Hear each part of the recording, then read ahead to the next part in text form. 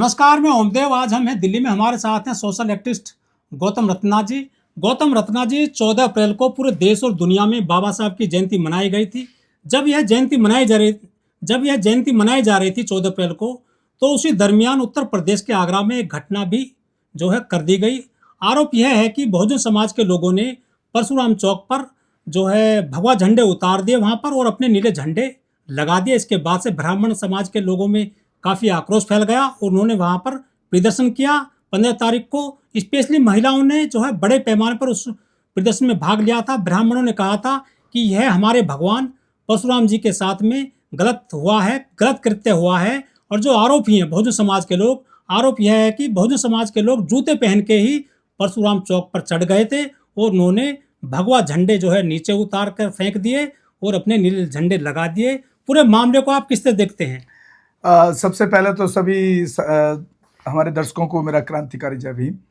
देखिए, अगर आप सोशल मीडिया पे वो वीडियोस देखेंगे तो उसमें कहीं फ्लैग उतारे नहीं है किसी ने। सिर्फ अपने जो जय भीम के नारे के साथ जो जय भीम का जो फ्लैग रहता है और उसमें अशोक चक्र बना रहता है वो वहाँ पे लगाए गए हैं। ठीक है, वहाँ के पुलिस के बयान भी आ चुके हैं कि उसमें कहीं पर भी उतारे नहीं गए हैं। हाँ, जूते पहन करके चले गए हैं। तो मेरा मानना है कि देखिए, वहाँ की जो सरकार है ना, मैं उस सरकार को कहता हूँ वो ठाकुर सरकार है, मनुवादी सरकार है। इसमें कहीं से भी कोई दोहराया नहीं।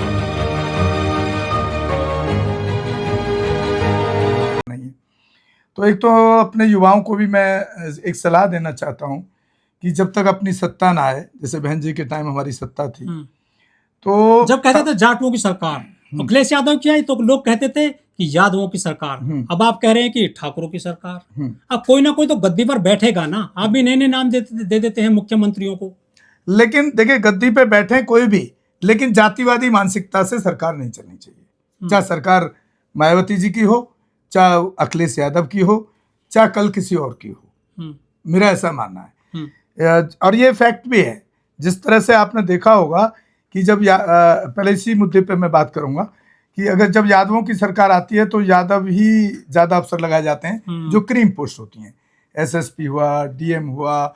वैसे ही जब बहन जी की सरकार आती है तो उनकी जाति के लोग जो जाटव हैं उनको ज्यादा पोस्टेड किया जाता है। और अब जो ठाकुर की सरकार है उसमें ज्यादातर DM, SSP, SHO, CO, IG सब ठाकुर हैं।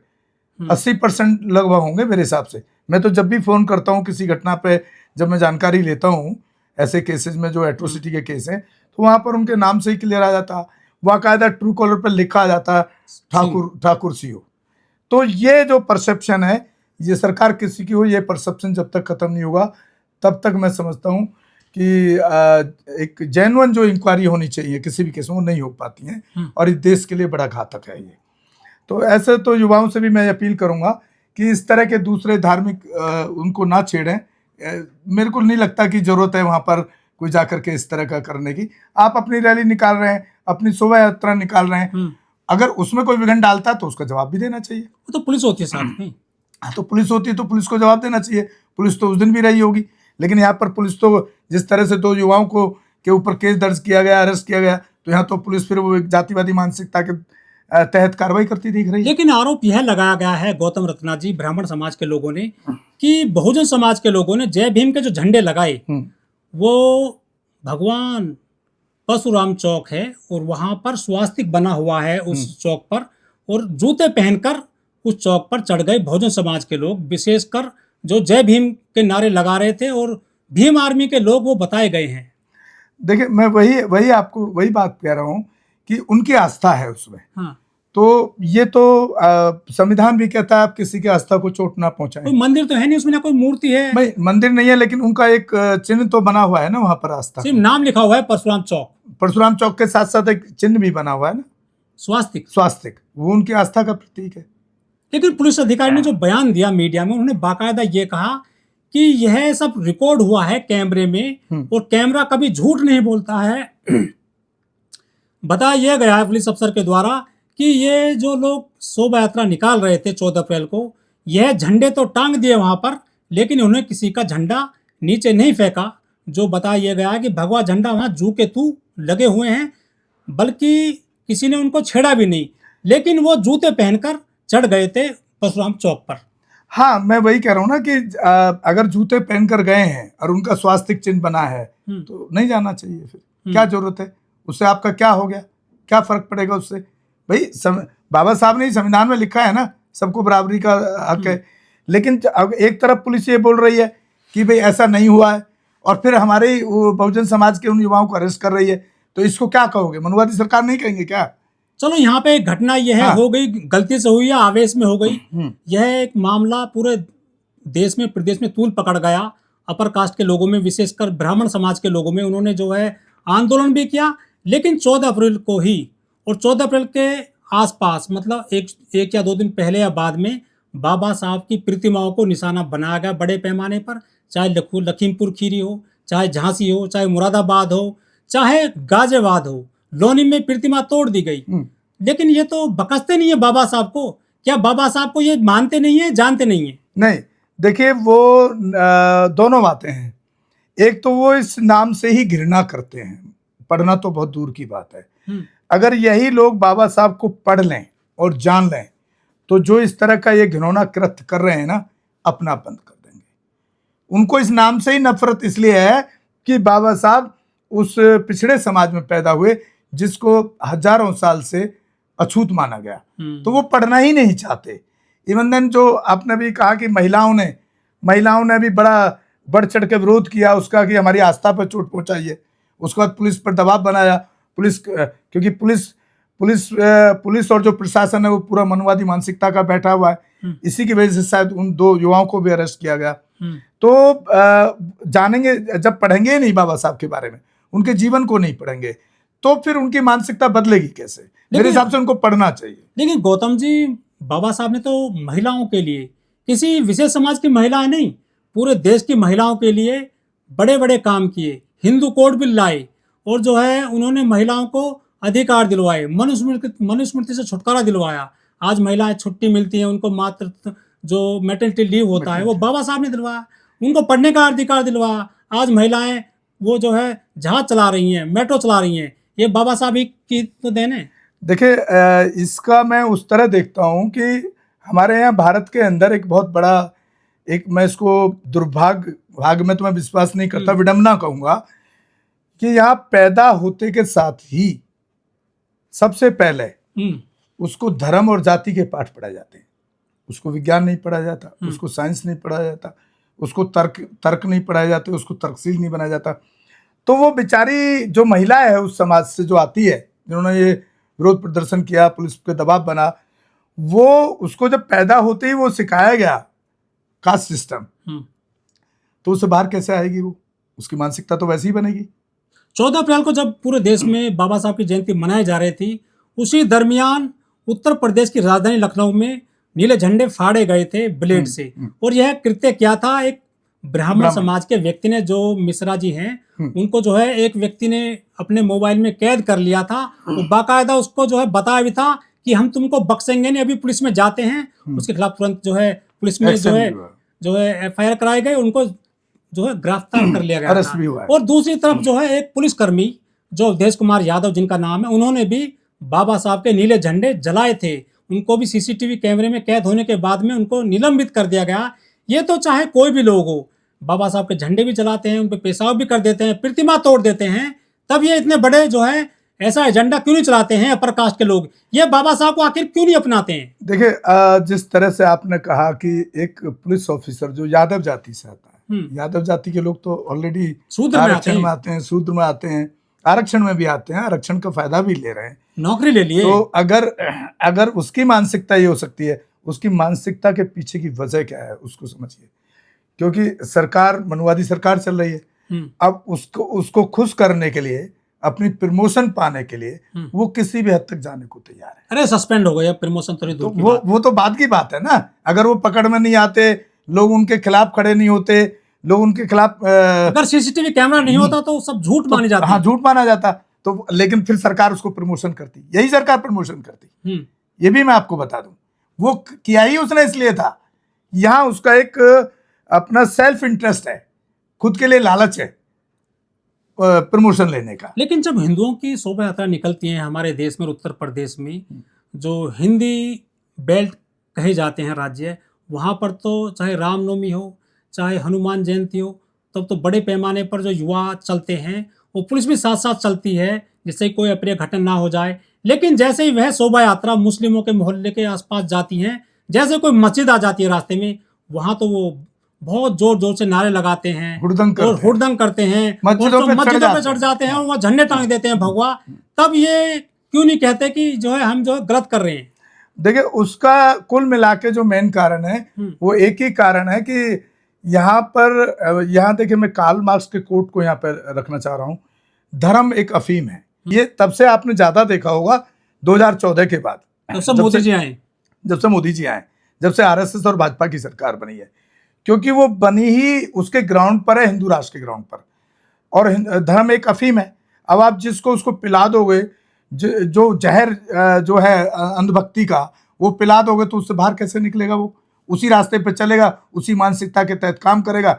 इसलिए उनको लगता है कि हम मुसलमानों पर अटैक करेंगे, हम वंचितों पर अटैक करेंगे, हम महिलाओं की इज्जत आबरू से खेलेंगे, हमारा कोई क्या बिगाड़ लेगा, सरकार तो हमारी।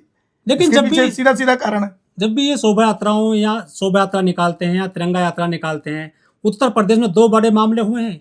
एक तो कासगंज में जो है एक युवक की जान ले ली गई थी और आरोप लगा था मुसलमानों पर। दूसरी घटना हुई थी एक बहराइच में, जो है ये अपनी यात्रा निकाल रहे थे, शोभा यात्रा, तो एक मुस्लिम के घर पर चले गए थे, जहाँ पर राम गोपाल मिश्रा नामक युवक की जान ले ली गई थी पीट कर।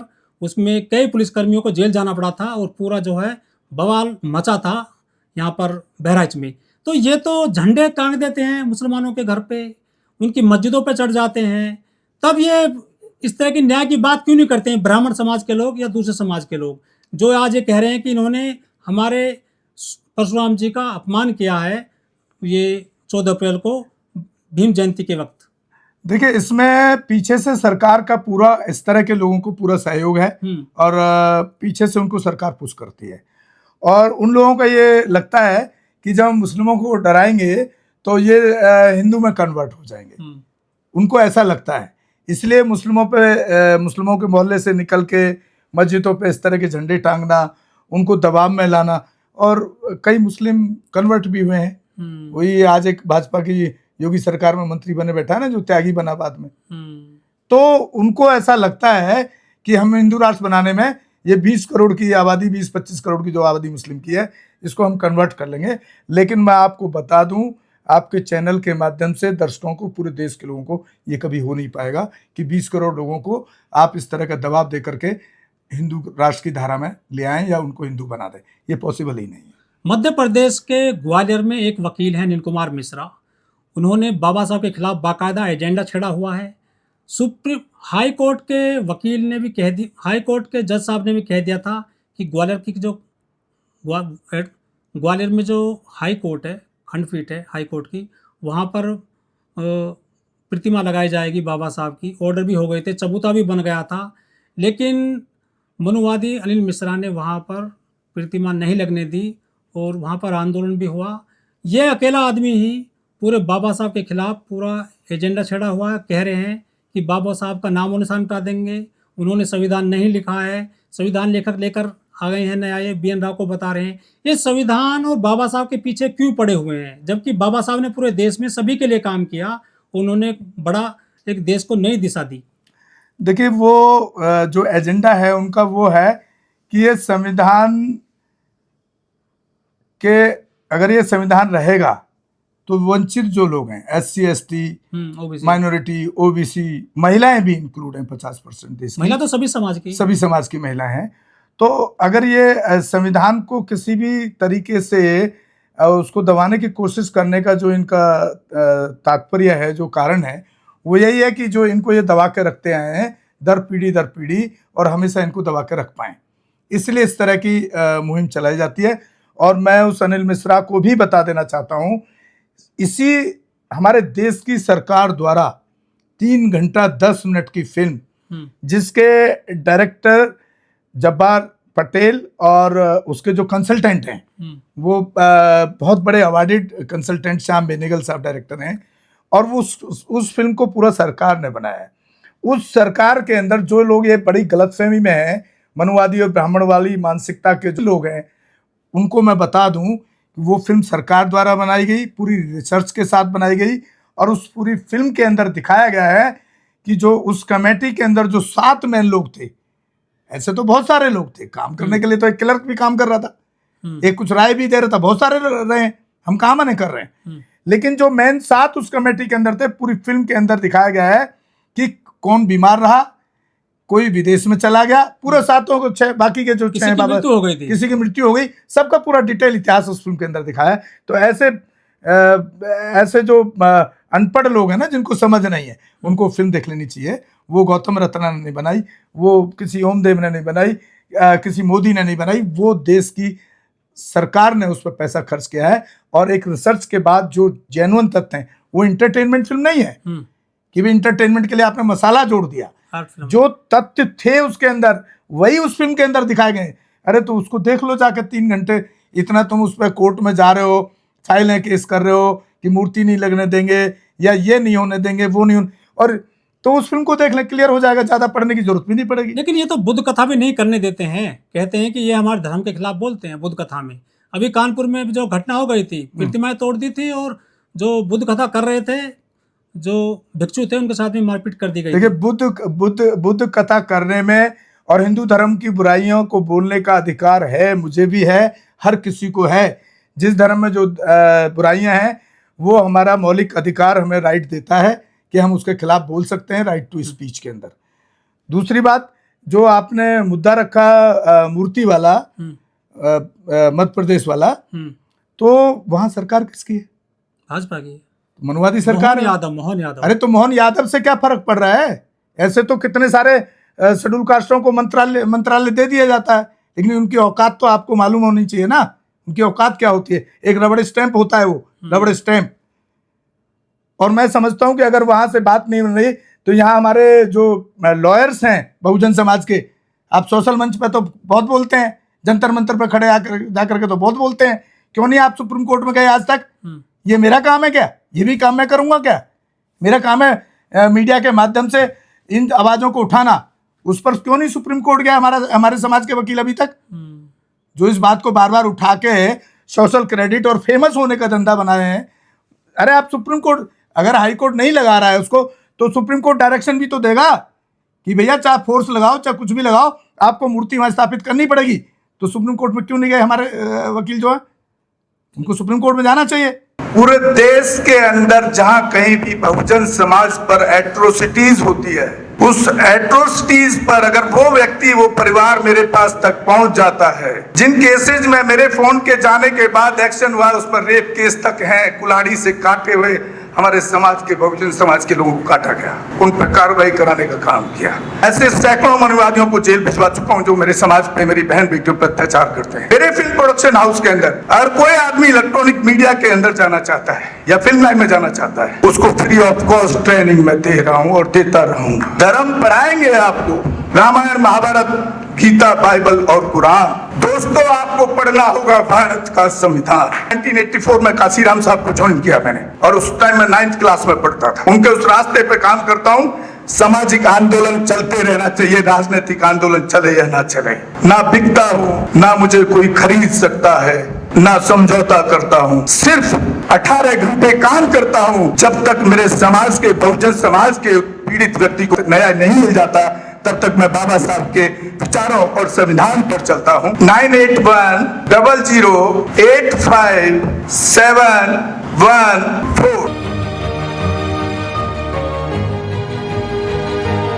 गांव की घटना है, ठाकुरों ने राइफल से गोली चलाई, मारने का प्रयास किया, सिर्फ बारात चढ़त के ऊपर की, इस रास्ते से बारात नहीं चढ़ गई, ठाकुरों का रास्ता है। सारे चैनल को बोला कि भाई स्टोरी चला दो, किसी कोई चैनल पे स्टोरी चलाने के लिए तैयार नहीं होगा। कौन से बहुजन समाज को न्याय दिलाने की बात कर? काशीराम साहब कहते थे कि मैं किसी की शादी में नहीं जाऊंगा, किसी के फंक्शन में नहीं जाऊंगा, किसी के घर नहीं जाऊंगा, ना शादी करूंगा, ना गए कभी। जो संगठन, जो राजनीतिक लोग चला रहे, वो अपने घर में पहले सुरक्षा और बंगला और पैसे का और बड़ी कार का इंतजाम कर रहे हैं। उस पर भी आपको सोचना चाहिए। फिल्म लाइन और इलेक्ट्रॉनिक मीडिया में इस समाज के लोग, जो पुअर सेक्शन है, पुअर कास्ट जिसको कहते हैं, SC ST OBC माइनॉरिटी, एक भी चैनल का कोई भी मालिक इस देश के अंदर आज तक नहीं है। क्यों नहीं है? हमारे चैनल